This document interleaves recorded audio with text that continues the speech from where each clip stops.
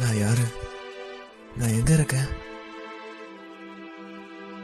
பண்றதெல்லாம் பண்ணிட்டு ஒன்னும் தெரியாத பப்பா மாதிரி முழிக்கிறான் பாரு. நைனா, ஆத்தா, எப்பரா இருக்க மௌனே? நம்ம கிளான்காரங்களும் மேல சம பாஸ்டர்ல இருக்கானுங்க. உன் நைனாவால கூட உன்னை காப்பாத்த முடியாது. யாரா அந்த பையன்? நான் தான் அந்த பையன். உனக்காண்டிதான் காத்து இருந்தோம். வணக்கண்டா மாப்பிள்ள. சொர்க்கத்திலேயாவது கொஞ்சம் சிரிங்களாண்டா. மச்சான், இவன் நம்மள மட்ட பண்ணனால தானே கல்யாண நாள். பங்காளி எப்படி இருக்க? ஆசையா மல்லிப்பூ எல்லாம் வாங்கிட்டு வந்தேன். வந்து பார்த்தவன் எல்லாரையும் மட்ட பண்ணிட்டான்டா. நெல்ரா புக்காக்கு மௌனே, எங்களை ரொம்ப நேரம் காக்க வச்சுட்ட. நீ பண்ண வேலைக்கு உன்னை கைமா பண்ணி கடைய போறோம்டா. நீ ஏறி ஆடிட்டாச்சு. இது நம்ம காலம். உனக்கு சப்போர்ட்டுக்கு நான் இருக்கேன்.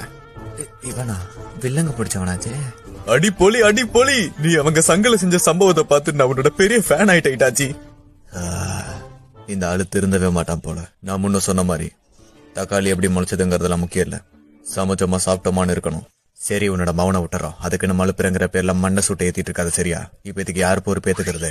அடச்ச, அந்த சனிய சாஸ்கே கையிலேயே நான் சாகணும். அந்த உச்சிக்காகலான சேர்ந்தவனுக்கு மட்டும் என்கிட்ட கிடைச்சானுங்க, கும்மு கும்முனு கும்மி கண்டம் துட்டமா வெட்டி களைச்சு போட்டுருவேன்.